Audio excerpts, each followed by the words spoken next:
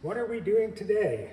We are going to rebuild this NP241C for absolutely no other reason than it's got a 27 spline input shaft. What is needed on this transfer case for this particular guy's application is a 32 spline GM input shaft.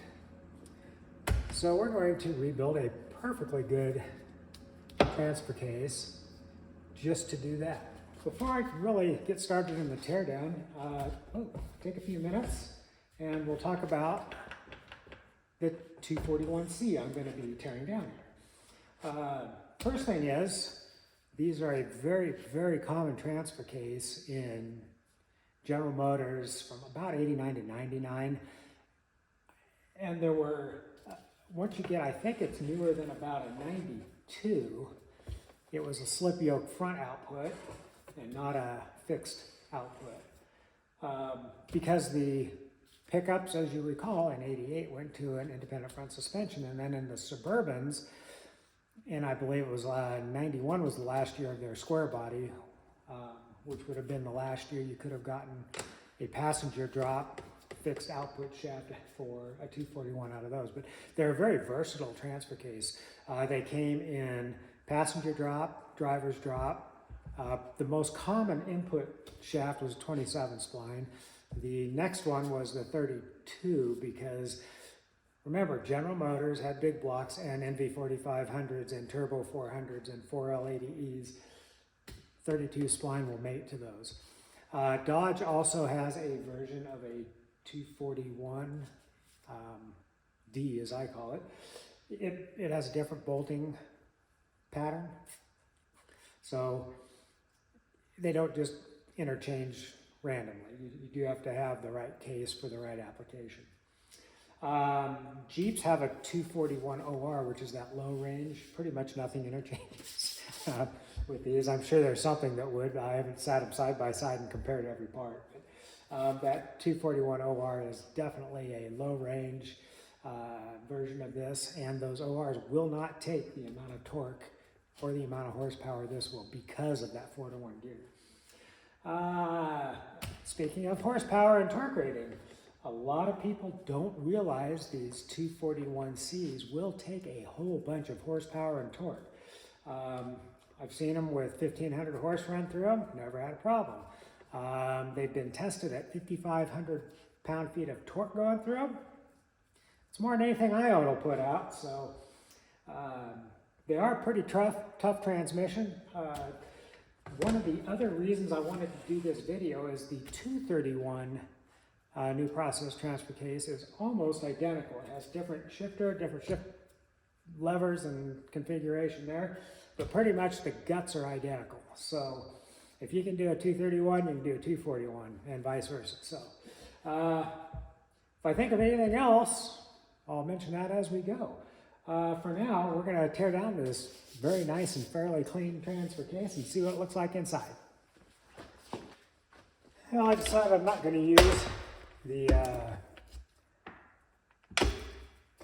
time lapse on this because I figure as soon as I start time lapsing, something happens and I need to talk.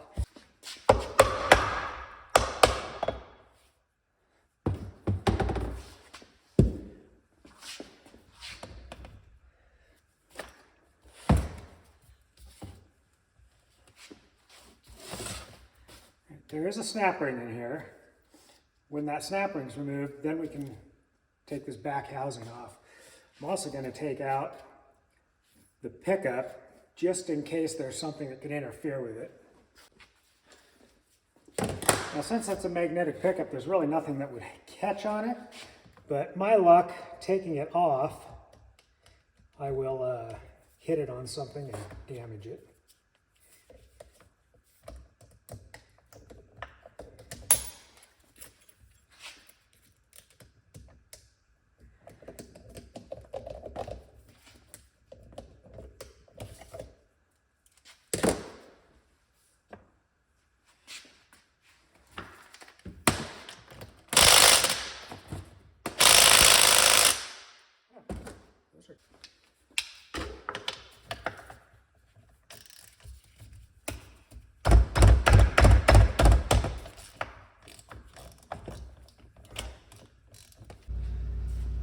Well, this one's been into before because these bolts are way too tight.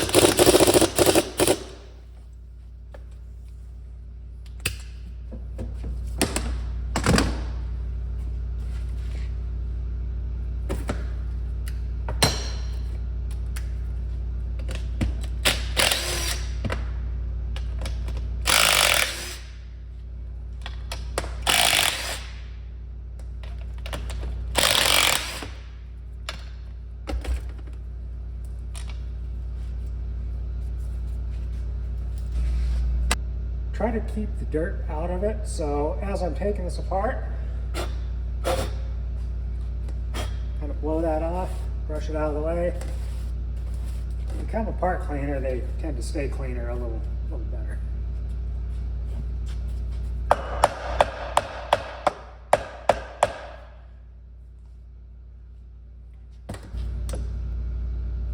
If you're gonna pry, don't pry too hard. You don't want to crack your main case. This one looks like I'm going to use a flat chisel and wedge between somewhere where it's tough.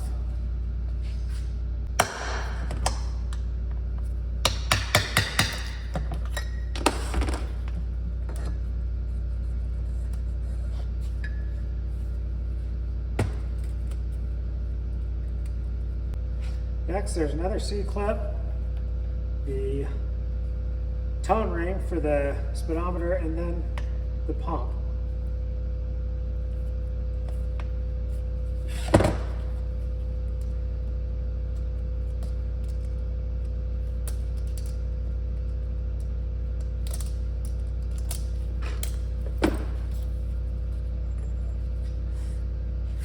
I'm going to mention this really quick, but I'll probably reiterate it 4 or 5 times. There are a half dozen snap rings on this main output shaft. Make sure you put the right snap rings in the right place. They make them in different thicknesses, and if they're the wrong thickness in that slot, it'll push the snap ring off, and then things don't go well in your transfer.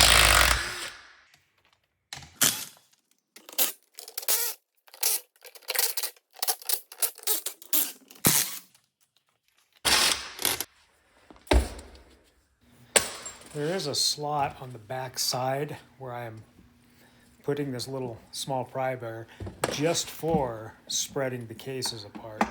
And there's one on the side facing the camera, you can see right here.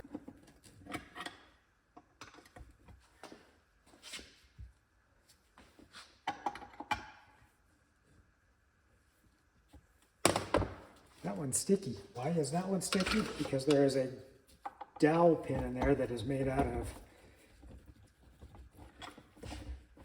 different stuff.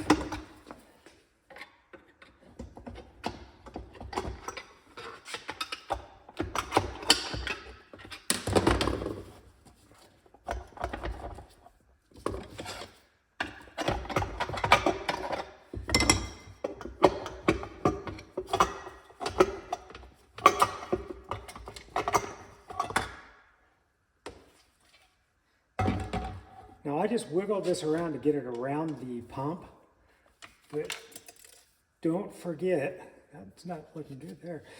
You don't want this falling out of your pump when you put it back together. But I just saw something I really didn't like. Look at all that sponge. I don't know if that was supposed to be there or not, but it ain't going back in. This spring, remember, goes on this end.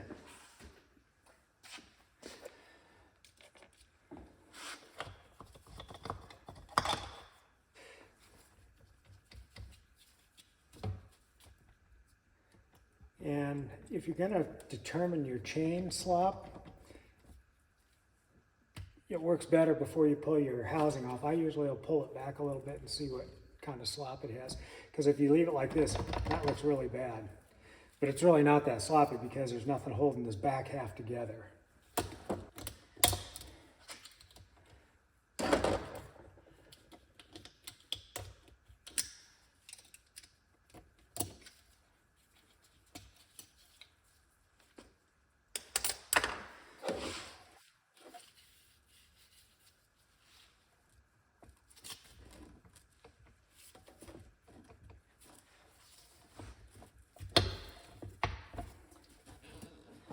Okay, layer back down a little bit.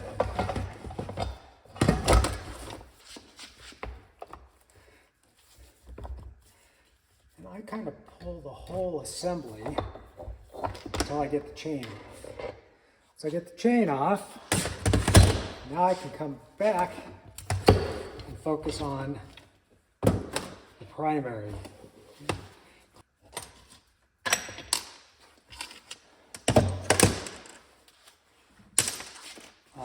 You can pull the whole assembly out as one.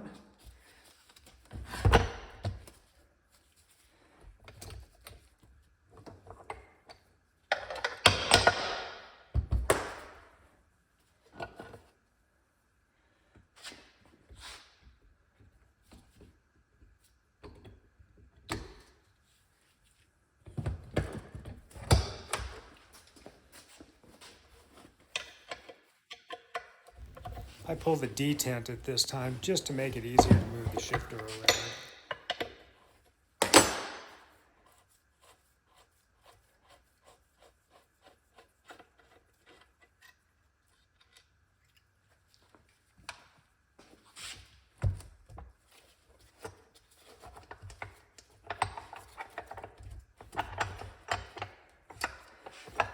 Once you wiggle this out, you can get your high-low shifter out.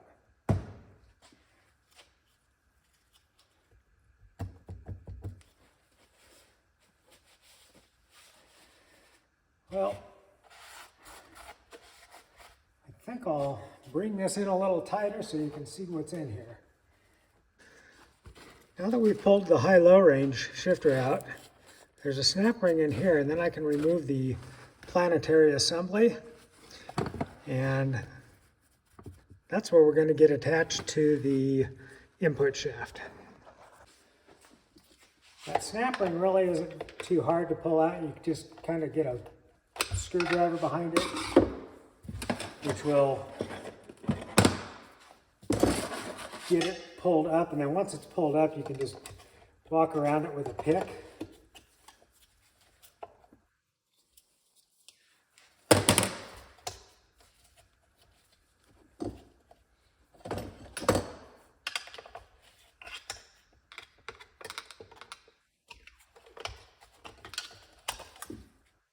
Next step is take off the front retaining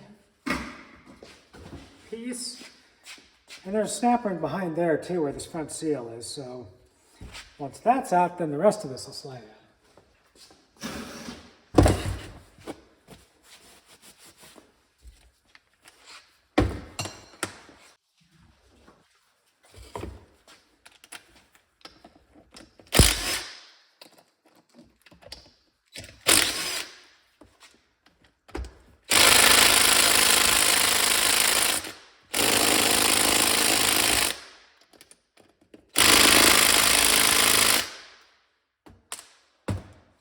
You gotta love it when someone torques an 8mm bolt that tight.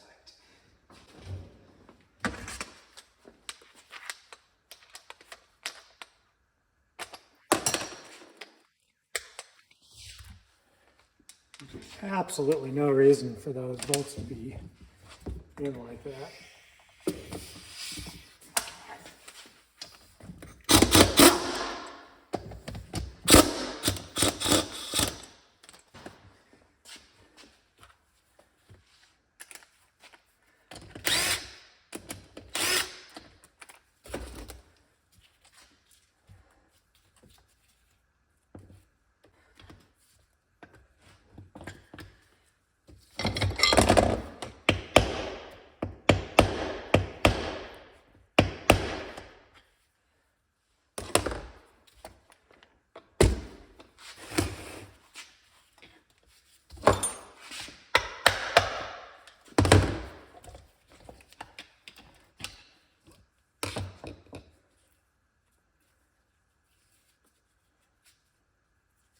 There's the front seal. This has been into before. It has so much silicone on it that it almost completely blocked off that hole. So I'm kind of glad I'm into this before they were pulling a real heavy trailer and something bad happened. Now there's two snap rings. One holds the bearing, one holds the shaft. I'm going to pull the one out on the shaft so I can pull the shaft out. Because, well, that's what I'm going after here.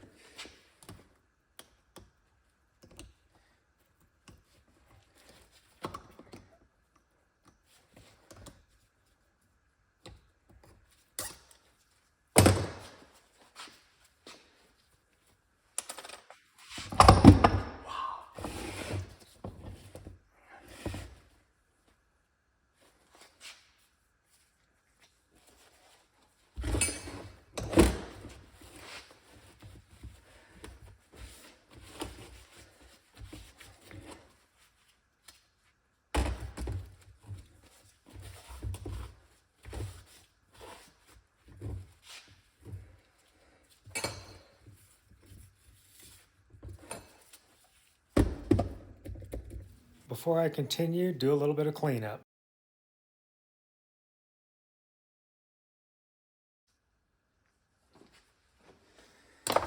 Well, there's another snap ring here on the planetary. Thrust washer.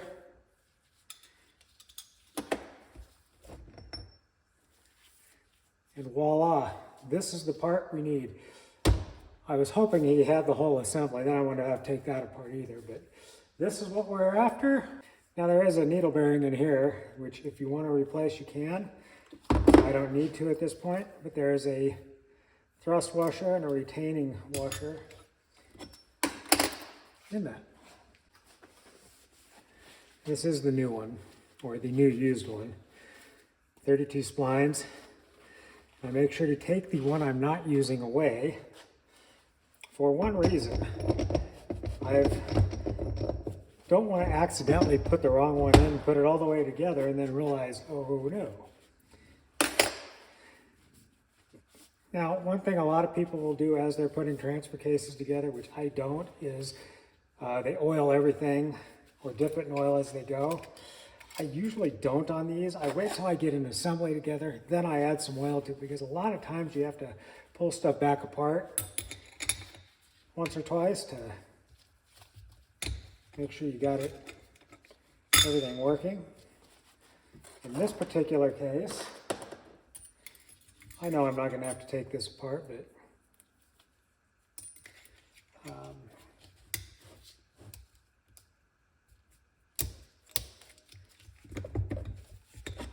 okay, there's my high-low planetary. So with that, you notice everything's apart. I've got the main shaft assembly. I've got the output shaft still in it. We're going to talk about that in a minute. My case halves, and then my tail sections. And I'm going to kind of reassemble it in sections. We'll start with this nose section.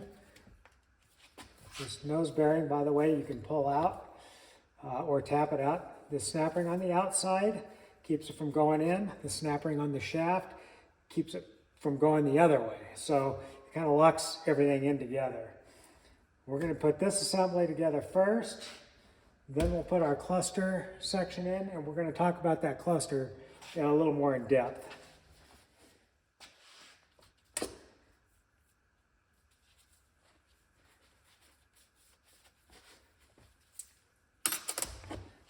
So first thing we're going to do is slide the new input shaft in, make sure it turns.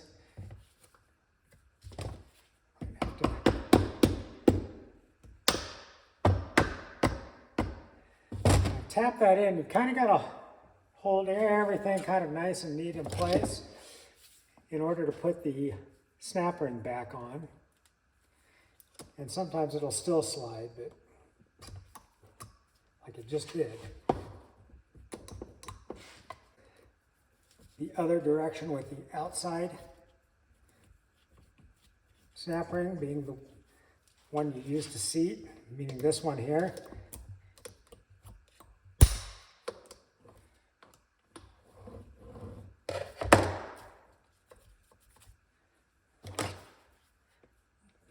silicone left there.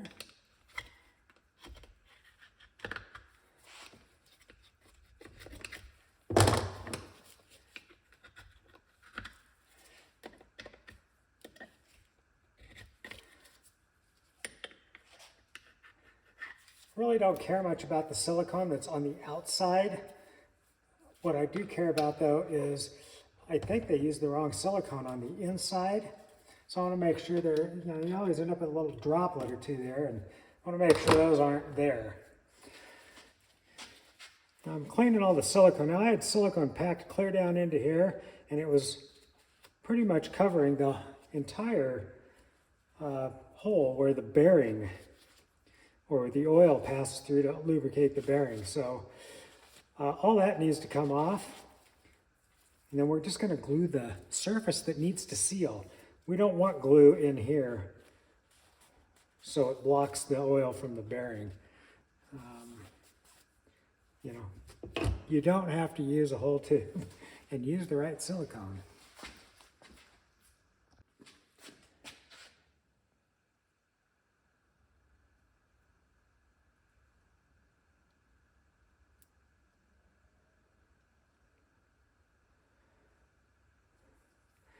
Very, very thin coat of silicone, and this is rated for like automatic transmission fluid.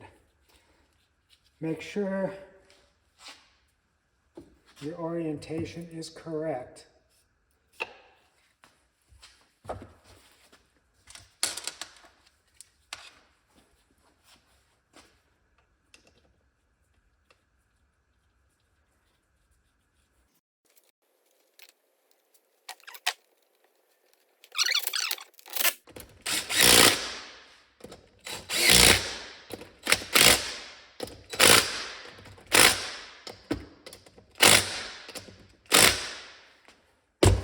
That only torques to 35 pounds, so I'm not too worried about over torquing it. Those were in way tighter than that bit. Part one done.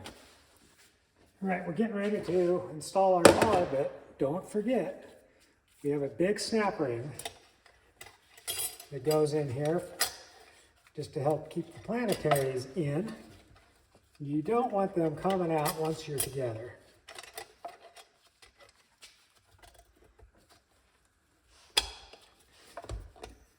And I can generally just walk these around by hand.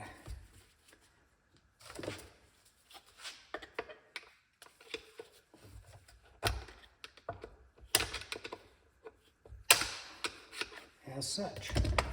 Okay, that's it. The easiest way to put these together is in sections. We've now got the planetary in, which is our high-low, and our new input shaft in.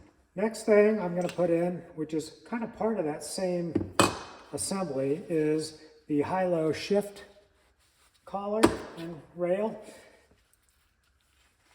Now, this again is another one of those telltale signs this has been into. These pads are almost brand new. So whoever was in here did at least change that. Now the trick on these is I have not pulled, I'll go and pull this out. This is my shift assembly here. This is one of those, when you're putting it together, you kind of hold your tongue in the right position with all of this in the right position, because you have to slide it in kind of all at once.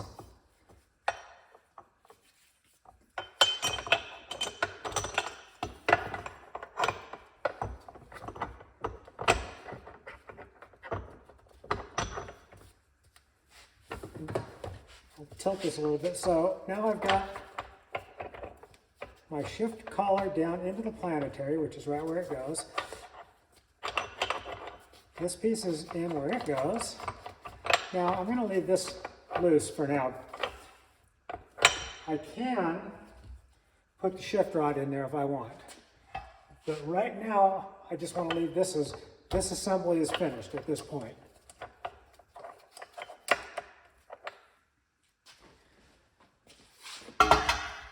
Next thing I really want to do is take a minute to talk about the main shaft. If you're going to change out to a slip yoke eliminator, this is where your slip yoke is. This is where you do it, right here. Now, we're not going to do that on this vehicle because this is in a full-size long bed truck, and this far back there is a carrier bearing. So changing this out to a slip yoke eliminator would be a waste of money. But I want to point out, this is a synchronized shifter here. There's dogs in here, there's a synchro in here, and then there's this main sprocket. If you leave this together as an assembly, you can pull it out and put it back in as an assembly. I don't need to take this apart, but I'm going to, just for the sake of the video, to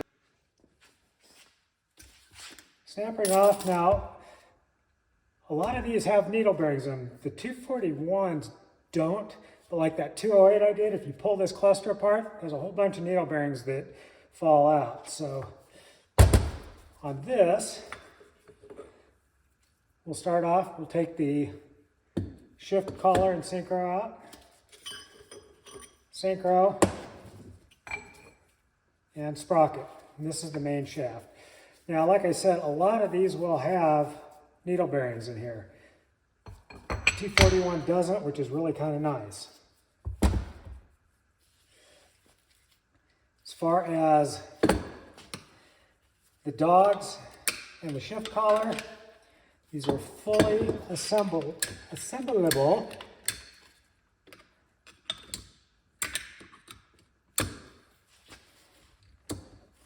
I usually pop them out like this.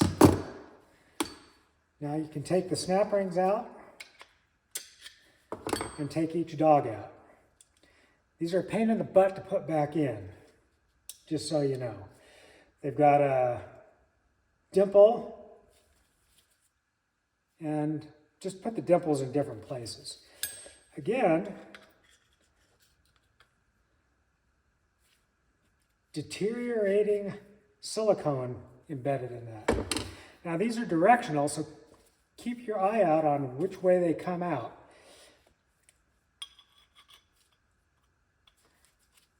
These all go into the shift collar. This is two-wheel drive, four-wheel drive shifter, so it's synchronized. That's how you can shift it in and out of two- and four-wheel drive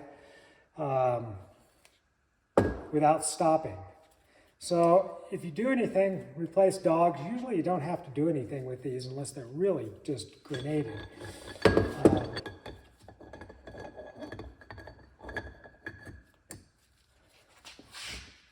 Kind of push them in as you drop it down to seat them. The synchronizer only fits in here one way.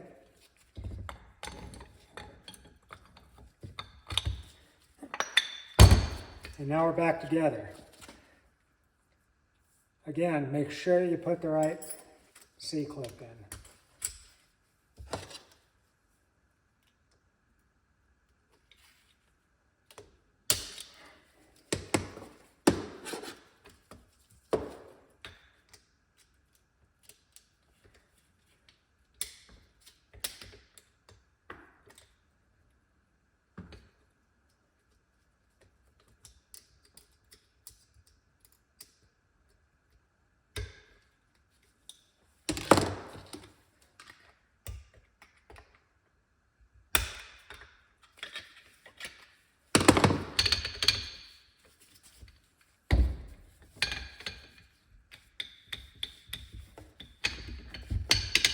Engage, disengage.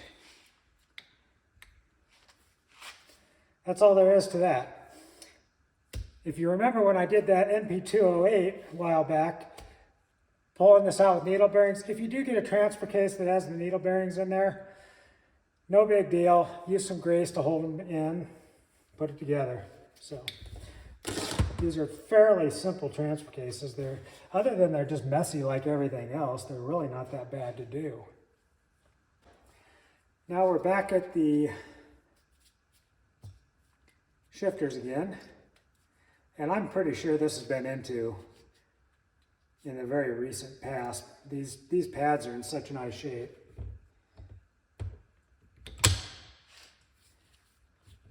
So when you're putting this in, I like standing them up.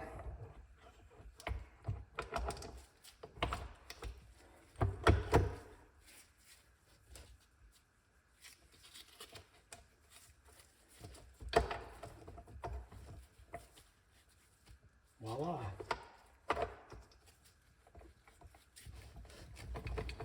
So right now we would be in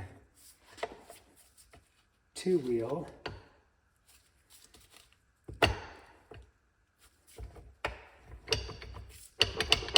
Now we would be in four-wheel.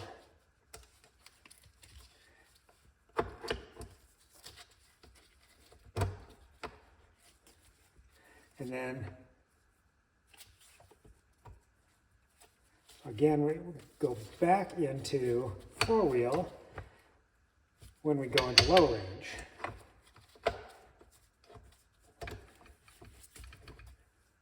So if you kind of test all that as you go, it kind of works a little easier. Now I have two chains out of 241s, and I've hung them on a dowel, and I've taken the one that is the shortest I'm going to put back in. Neither one of them are stretched too much, but I'll always try to put the best of what I've got in. So we're going to put this chain in. Ready to put the chain in, but before I do that, if for some reason you want to go ahead and change the bearing out on the front output shaft, there's really nothing to this side of the transfer case. There's a snap ring right here where my finger is. When you take off the yoke, there's one on the outside and there's a seal. It literally falls out, one bearing, snap ring, go in. There's really nothing technical about that. I see no reason to take that apart at all right now. But I am going to put the chain back in. Now, when you put the chain in, you're going to have to lift this main shaft up so that you can line everything up, especially if you have a good chain, and then let it all drop back down. Once it's dropped back down,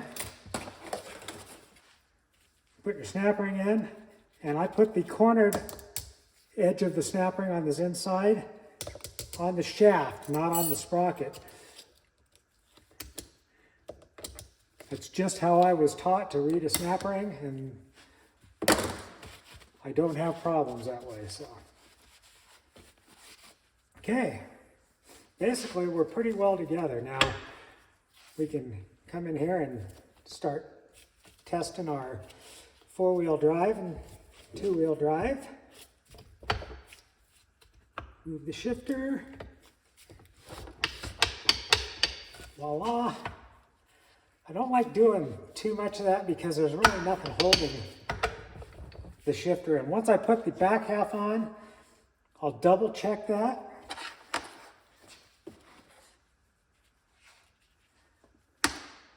Oh, what did I do with that little piece? Oh, it is right there. Make sure you put your detent back in at some point. I put it in before I'm all together, just in case I need to move this. I'm going to have to do it intentionally. At this point, I don't want the shifter moving around by itself. And again, don't make this your measurement for the chain. This is going to be held straight. This chain actually has very, very little movement in it. You can also check that with everything on.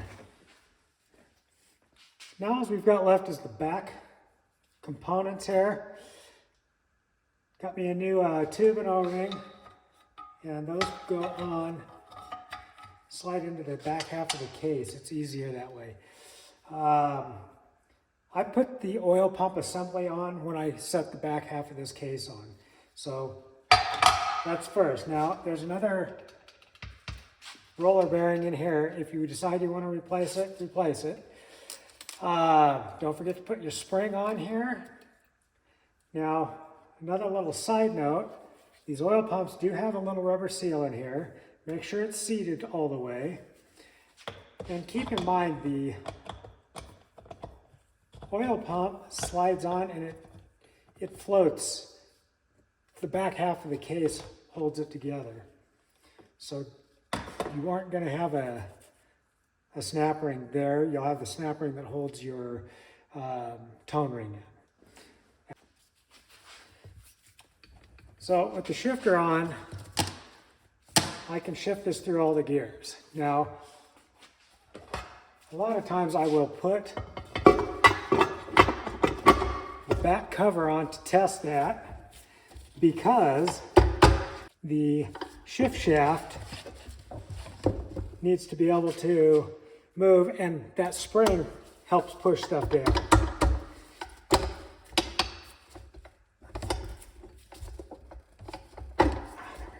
Yay.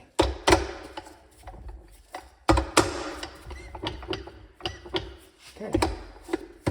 So now that I know it works, I'm going to finish assembling the back half of this with the pump in it.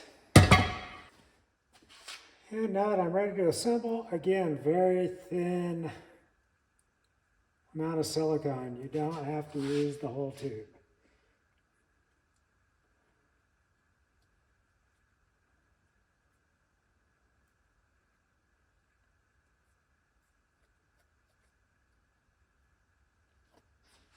Probably the worst part of the entire deal is getting the oil pump back together so that everything's working.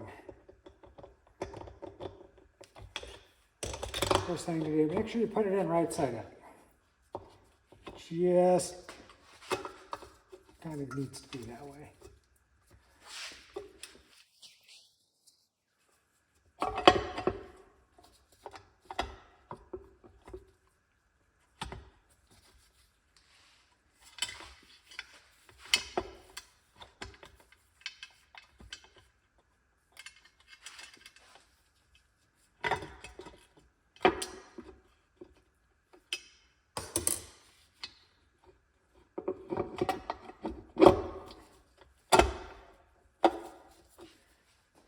You can see it.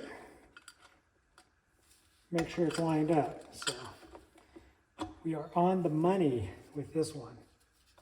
So on the oil pumps, remember that tube can slide. So once I get it all in there, take a screwdriver or a pick and push the shoulder fully in to the pump.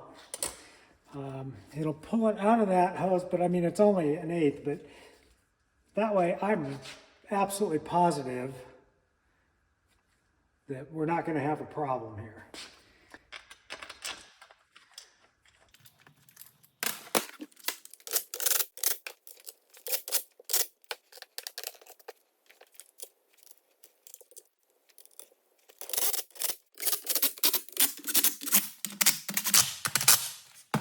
Okay, we're almost together. 3 snap rings left. That's for the tone ring, but not for so.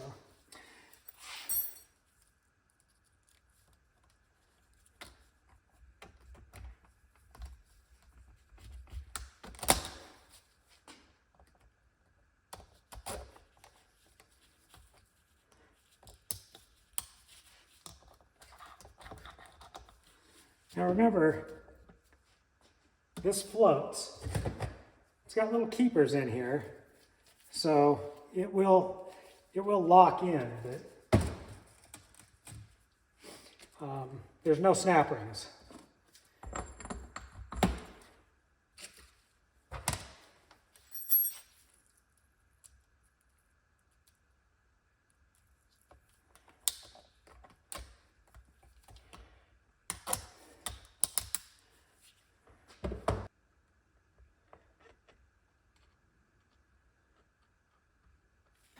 Again, very thin coat of silicone.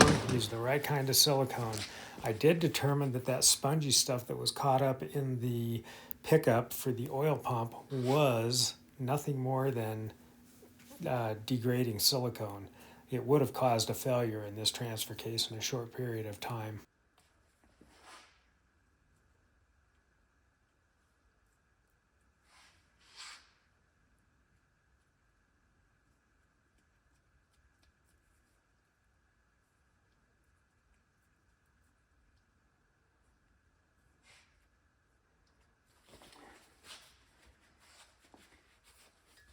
The only thing I'm going to really give a lot of caution on this, you've got keyways for that pump. Make sure you get that pump to where it's pointing the right way. Voila.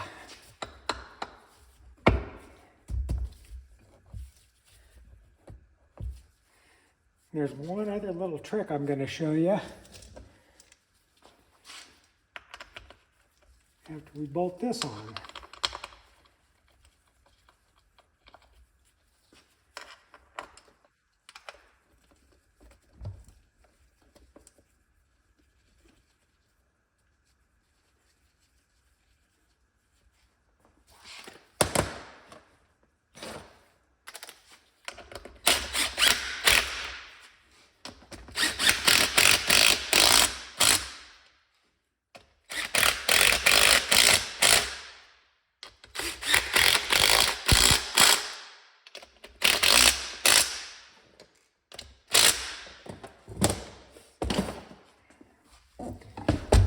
Lay it back down.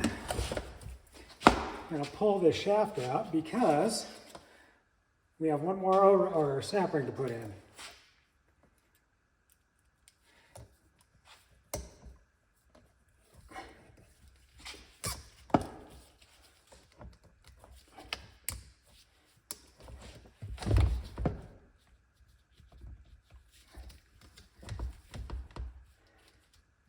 Kind of let gravity work for you here.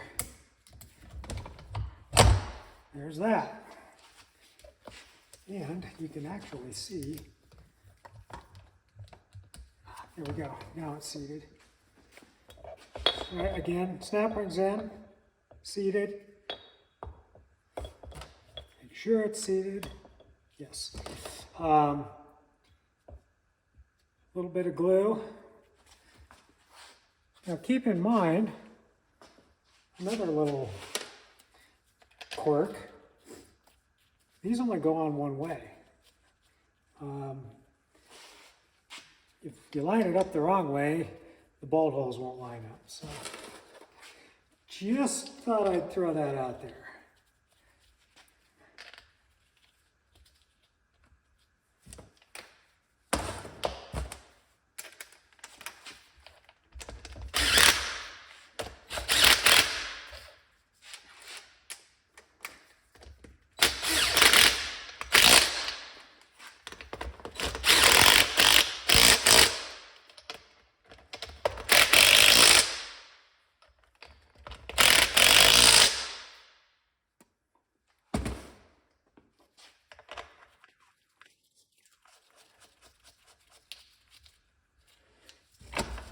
No need for any glue on the tone ring. It's got an O-ring in it.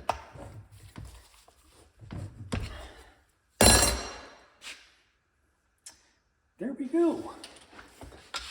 Last thing I do before I let all the glue dry is I go around and torque all the bolts, make sure they're 30 to 35.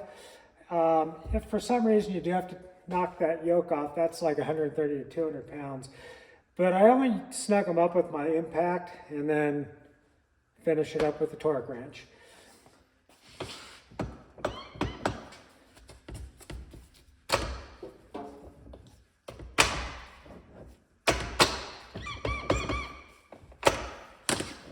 All right, double check everything when you're done. Make sure it all works. It's smooth. It's works just like it's supposed to.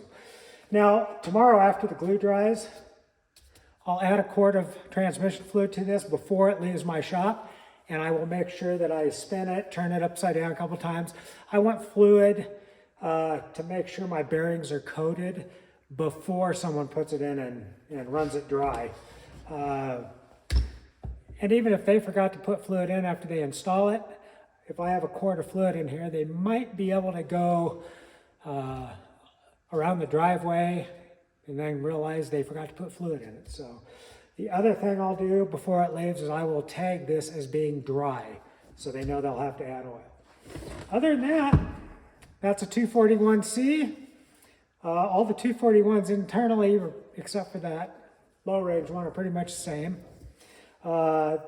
This is also the same as a 231, except for the shifters. So if you have a 231, this video works the same on that too. If you have any questions, throw them in the comments. And again, thanks for watching. Please like, share, and subscribe to my channel.